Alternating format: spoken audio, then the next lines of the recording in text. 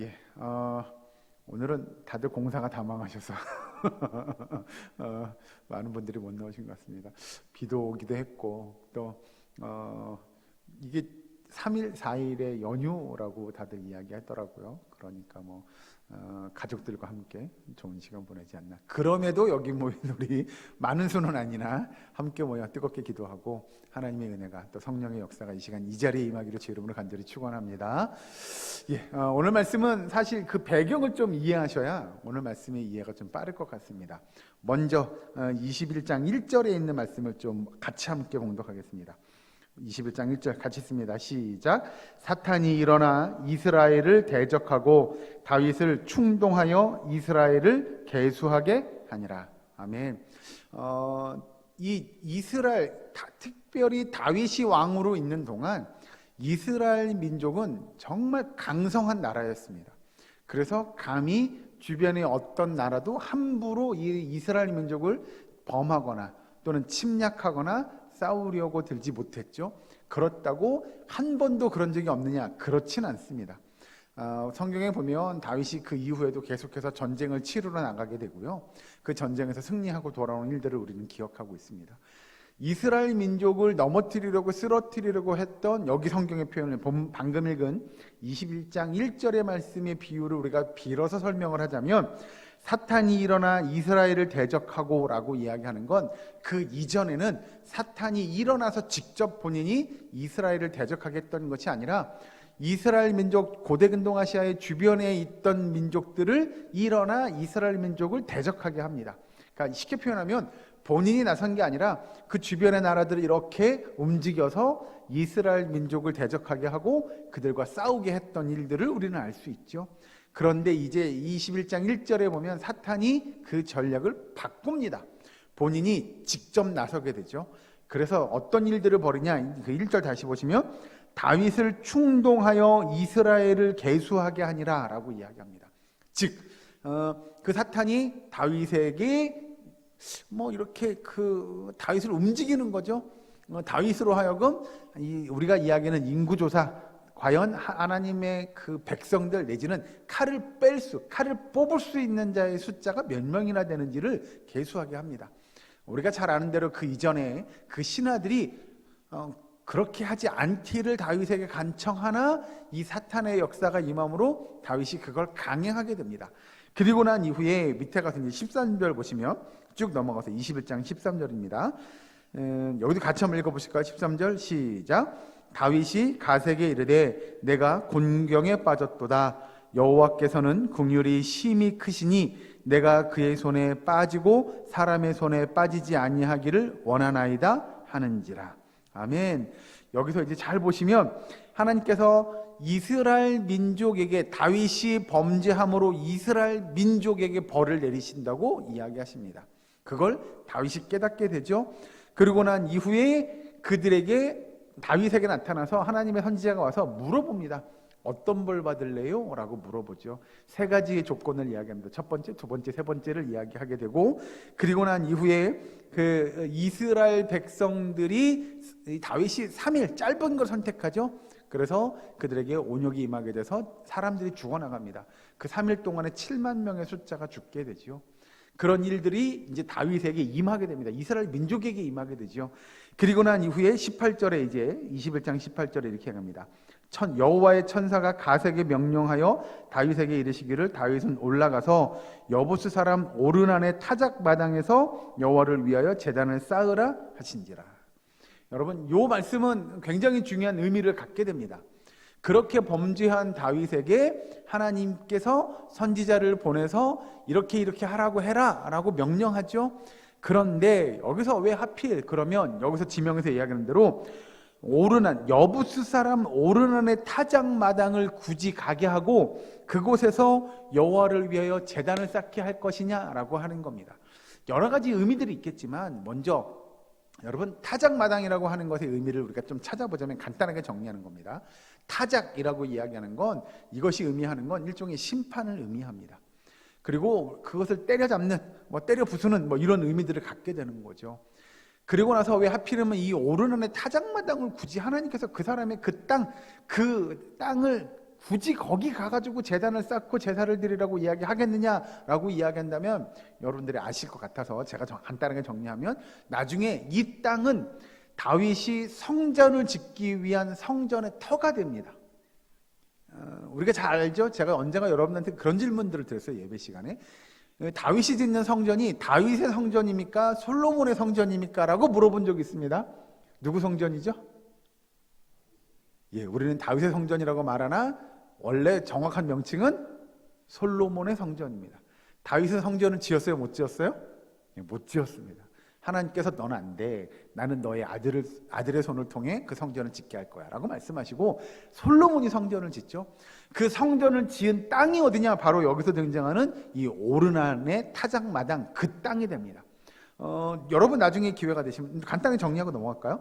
21장 그 중반에 보시면, 잘 보시면 21장 20절을 보시면, 그때에 오르난이 밀을 타작하다가 돌이켜 천사를 보고 오르난이 4명의 아들과 함께 숨었더니 다윗이 오르난에서 나아가매 오르난이 내려보다가 다윗을 보고 타작마당에 나와 얼굴을 땅에 대고 다윗에게 절하매 다윗이 오르난에게 이르되 이 타작하는 곳을 내게 넘기라. 너는 상당한 값으로 내게 넘기라. 내가 여호와를 위하여 여기 한 제단을 쌓으리니 그리하면 전염병이 백성 중에서 그치리라. 이렇게 이야기하죠. 결국은 뭐냐면 다윗이 그 오르난에게 가서 타작마당에 임해가지고, 야, 당신 이 땅을 파세요. 내가 이 땅을 값을 주고 사겠습니다 라고 이야기합니다. 그러니까 오르난이 뭐라고 했냐면, 예, 다 가지세요. 그냥 왕이시여 이 땅 가지십시오 이렇게 이야기합니다. 아유, 값 안 주셔도 됩니다 라고 말하고, 또 뭐라고 이야기하냐면 23절에 보시면, 오르난이 다윗에게 말하되 왕은 취하소서, 내 주 왕께서 좋게 여기시는 대로 행하소서. 보소서, 내가 이것들을 드리나이다. 소들은 번제물로, 곡식 떠는 기계는 화목으로, 밀은 소제물로 삼으시기 위하여 다 드리니다. 그러니 곡식 떠는 기계도 소도 거기에서 곡식 떨어진 그 밀도 다 원하는 대로 사용하십시오 라고 내어줍니다. 그때 다윗이 뭐라고 이야기하냐? 아니요, 이건 절대로 내가 공짜로 받지 않겠습니다 라고 말하며 그 땅을 값주고 그 모든 것들을 삽니다. 나중에 뭐라고 얘기하냐면 그 25절 보면, 그리하여 다윗은 그 턱값으로 금 600세겔을 달아 오르난에게 주고 그 땅을 삽니다. 그렇게 하고 다윗은 그 오르난의 타작마당에서 하나님 앞에 제사를 드리죠. 28절 보면, 이때에 다윗이 여호와께서 여부사람 오르난의 타작마당에서 응답하심을 보고 거기서 제사를 드렸더니, 이렇게 등장하게 됩니다. 이게 이제 오늘 성경의 배경에 등장하는 일들이 다 등장합니다. 그렇게 다윗이 범죄하고 그 역병, 그 전염병을 멈추게 하기 위하여 오르난의 타작마당을 사고 그곳에 가서 제사를 드리고, 그리고 하나님은 그 제사를 기뻐 받으시고 더 이상 그 전염병이 번지지 않도록 그치게 해주시죠. 그런 이 배경을 가지고 오늘 말씀을 보셔야 되는데, 그 중에 이제 오늘 본문에 보시면 26절에 다윗이 거기서 여호와를 위해 제단을 쌓고 번제와 화목제를 드려 여호와께 아뢰었더니 여호와께서 하늘에서부터 번제단 위에 불을 내려 응답하시고, 이렇게 하나님께서 이야기합니다. 여기서 잘 보면 하늘에서 불이 내려와 번제단 위에 모든 제물들을 다 불태운 사건이 등장하게 되죠. 이것은 하나님께서 다윗에게 또 이스라엘 민족에게 무언가를 분명히 나타내 주고자 하심을 우리는 볼 수 있습니다. 그게 뭐냐면, 이제 그 이스라엘 백성들에게 내려진 그 다윗의 범죄함으로 인한 그 재앙, 그 전염병이 이제는 완벽하게 종식되었다. 이제는 내가 그것을 그치리라라고 하시는 하나님의 언약의 메시지가 아주 분명하게 선포되는 거죠. 그러니 제사를 드릴 때 하늘에서 불이 내려와 그 모든 제물을 다 불사르는 역사를 하나님께서 보여주시는 겁니다. 그건 바꿔 표현하면 그 제사를, 그 제물을 하나님께서 받으셨다는 이야기고, 기뻐 받으셔서 그 다윗이 원했던 것처럼 또 온 이스라엘 백성들이 원했던 것처럼 이제 그 전염병을 그치겠다라고 하는 하나님의 뜻이 아주 분명하게 나타나는 사건이라고 할 수 있을 것 같습니다. 자, 그러면 그렇게 하나님의 역사가 일어나고 난 이후에 오늘 본문 27절 보시면, 여호와께서 천사를 명령하심에 그가 칼을 칼집에 꽂았다라고 이야기합니다. 이게 그러면 왜 그 일이, 천사가 칼을 칼집에 꽂은 이 사건이 도대체 어떤 역사 또는 어떤 의미를 가지고 있는 거냐라고 이야기할 수 있을 것 같습니다. 먼저 이걸 보시려면 21장 15절에 있는 말씀을 좀 보셔야 되겠는데요. 앞으로 좀 넘어가셔서 다시 같이 한번 읽어보실까요? 역대상 21장 15절 말씀 같이 했습니다. 시작. 하나님이 예루살렘을 멸하러 천사를 보내셨더니 천사가 멸하러 할 때에 여호와께서 보시고 이 재앙 내림을 뉘우치사 멸하는 천사에게 이르시되 족하다 이제는 내 손을 거두라 하시니 그때에 여호와의 천사가 여보수 사람 오르난의 타작마당 곁에 선지라. 아멘. 여기서 앞에 보면 이렇게 등장하죠. 하나님이 예루살렘을 멸하러 천사를 보내셨더니 라고 하는 겁니다. 즉 이스라엘 백성에게 하나님께서 그들의 범죄함, 쉽게 표현하면 다윗이 범죄함으로 이스라엘 백성들의 그 죄에 대한 대가를 묻기 위하여 천사를 보내시는 그 사건, 그리고 나서 하나님께서 그 하나님의 명령대로 이 천사가 여호와의 사자의 그 사역, 이제 보냄을 받은 천사가 그 모든 하나님의 명령을 다 끝마치고 그 사역을 마치는 일이 오늘 읽은 21장 27절에 여호와께서 천사를 명령하시며 그가 칼을 칼집에 꽂았다라고 하는 겁니다. 즉 이제 우리가 상상의 나래를 조금 펴보면, 그러면 천사가 지금 아까 읽은 15절에 등장하는 대로 하나님의 부르심을, 하나님의 명령을 받고 보내심을 받은 천사는 와서 뭐 했을까요? 그 칼을 뽑아서 그 칼 끝을 이스라엘 백성들에게 향하게 했다는 겁니다. 좀 더 실감나게 표현하면 칼 끝을 향한 것뿐만 아니라 그 칼을 가지고 이스라엘 백성들을 푹 찌른 것과 같은 그 일들을 이 천사가 한 거죠. 제가 앞에 말씀드렸죠. 몇 명이 죽었다고요? 그렇죠. 너무 순간에 확 지나가가지고 제가 7만 명이 죽었습니다. 적은 숫자가 아니죠. 그런 여호와의 사자가 나타나서 그 칼끝을 뽑아 이스라엘 백성들을 푹 찔러서 단번에 그 3일 동안에 7만 명이라는 하는 사람들이 죽게 만든 일들이 벌어졌다는 거죠. 이게 지금 아까 읽은 21장 15절에 하나님이 예루살렘을 멸하러 천사를 보낸 사건과 그 천사가 그 자기에게 맡겨진 모든 일들을 다 마감하고 이제 그 칼을 칼집에 꽂는 사건이 같이 이렇게 응하고 이 매치되고 있는 내용을 우리는 살펴볼 수 있다는 거죠. 즉 하나님의 재앙이 하나님에 의해서, 즉 하나님이 보내심을 받은 천사에 의해서 시작됐고, 이제 하나님의 그 재앙이 하나님의 뜻으로, 여기서 이제 27절에 여호와께서 천사를 명령하시매라고, 천사를 보낸 것도 하나님이시고 그 칼을 다시 칼집에 꽂게 만든 것도 하나님이심을 우리는 잊지 말아야 할 줄로 믿습니다. 그러니 이 모든 일들은 다 하나님께서 주관하시는 역사라고 하는 것들을 성경은 우리에게 보여주는 거죠. 즉 어떤 누구가 임의로 했더니 어이구 이거 우연찮게 7만 명이 죽었네가 아니고요. 그 모든 일들은 하나님이 주관하시는 역사임을 성경을 통해서 우리는 이야기합니다. 즉 하나님께서 천사를 보내서 그 진노의 칼을 뽑게 만들고 이제 그 진노의 칼을 다시 꽂게, 칼집에 꽂게 만드는 그 일들을 통해서 하나님께서 이스라엘 백성들에게 왜 그 일이 중요한지를 알려주셨다는 사실이에요. 이렇게 놓고 보면 천사가 나와서 칼을 뭐 뽑았다, 칼을 꽂았다, 이게 뭐 중요하겠느냐라고 할지 모르나 이 내용은 추후에 또 등장합니다. 우리 성경을 한 군데 보겠는데 뒤로 쭉 넘어가셔서 스가랴서를 보겠습니다. 저 구약성경 끝부분입니다. 스가랴서 13장에 있는 말씀을 봅니다. 학계, 스가랴, 말라기 이렇게 갑니다. 13장 7절에 있는 말씀을 함께 봅니다. 구약성경 스가랴서 13장 7절에 있는 말씀, 제가 있는 성경은 1324면에 있습니다. 구약성경 1324페이지 스가랴서 13장 7절에 있는 말씀, 우리 같이 한 목소리를 함께 봉독합니다. 시작. 만군의 여호와가 말하노라. 칼아 깨어서 내 목자 내 짝된 자를 치라. 목자를 치면 양이 흩어지려니와 작은 자들 위에는 내가 내 손을 들이우리라. 아멘. 여기서 이야기하는 대로 하나님께서 언젠가 그 칼을 다시 뽑겠다고 이야기합니다. 다시 보시면 13장 7절에 만군의 여호와가 말하노라. 칼아 깨어서 내 목자 내 짝된 자를 치라. 칼이 누구를 친다고요? 네?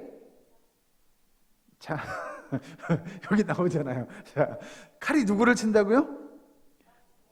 그 앞에요. 짝된 자 앞에 누구예요? 목자. 그럼 목자 그럼 누구 생각나는 분 한 분 있으시죠?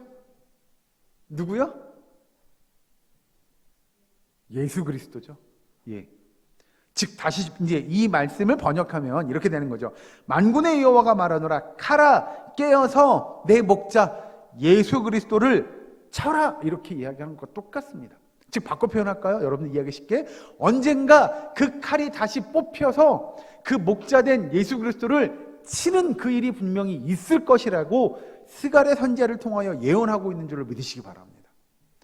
그러면 우리가 또 한 군데 찾아봐야 될 것 같습니다. 마태복음으로 넘어가시죠. 신약성경 그 바로 뒤에, 바로 뒤는 아니고 조금 뒤입니다. 마태복음 26장입니다. 마태복음 26장 31절 말씀을 보도록 하겠습니다. 제가 성경은 46페이지 신약성경 마태복음 26장 31절 말씀, 여기도 같이 함께 한 목소리로 봉독합니다. 시작. 그때에 예수께서 제자들에게 이르시되 오늘 밤에 너희가 다 나를 버리리라. 기록된 바 내가 목자를 치리니 양의 떼가 흩어지리라 하였느니라. 아멘. 이 스가랴 선지자의 예언을 예수님께서 인용하시는 거예요. 그래서 다시 보시면 기록된 바 내가 목자를 치리니 양의 떼가 흩어지리라, 이렇게 이야기해요. 내가 목자를 친다고 한 게 스가랴 선지자가 그 칼이 내 목자, 나와 함께한 자를 죽이겠다고 했던 그 앞에 나왔던 대로 내 짝, 내 목자, 내 짝을 칠 거다라고 예언했던 그 예언이 분명히 임하게 되는 거죠. 그래서 여기서 내 목자를 치리니 양의 떼가 흩어지리라 라고 하는 그 스가랴 선지자의 말씀의 예언이 예수님을 통하여 분명히 이루어짐을 성경은 우리에게 이야기합니다. 그러니 오늘 본문의 역대상에 나왔던 대로 지금 역대상 21장 27절에 여호와께서 천사를 명령하심에 그가 칼을 칼집에 꽂았더라 라고 이야기하는 건 그냥 우연치 않게 성경에 왜 나와서 갑자기 칼을 칼집에 꽂았대 라고 하는 것이 아니라 이것들이 다 의미하는 것들, 또 이것들이 목표하는, 나타내는 것들이 분명히 존재한다는 거죠.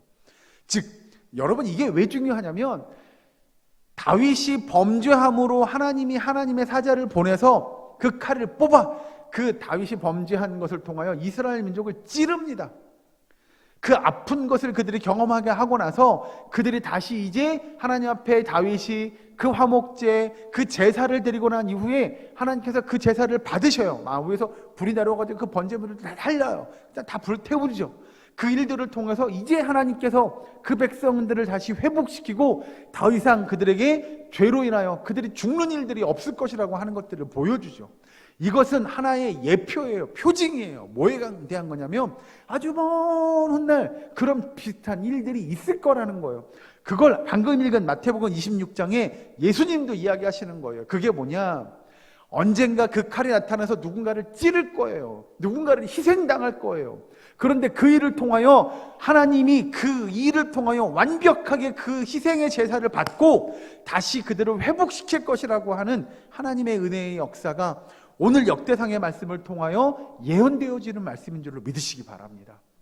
이게 그래서 예수님이 여러분 이 땅에 오셔서 그가 예수 그리스도가 십자가에 못 박혀 죽으시잖아요. 그 칼과 창과 채찍을 맞으며 그가 피 흘려 죽으시잖아요. 그것을 통하여 예수님의 희생제사를 통하여 우리가 이제 다시는 더 이상 그 죄 가운데 놓이지 않고 우리가 그 죄와 사망의 권세 아래 놓여있던 우리들이 회복될 것을 성경은 이야기합니다. 그래서 다시는 이제는 죄의 종노릇하지 않을 거예요.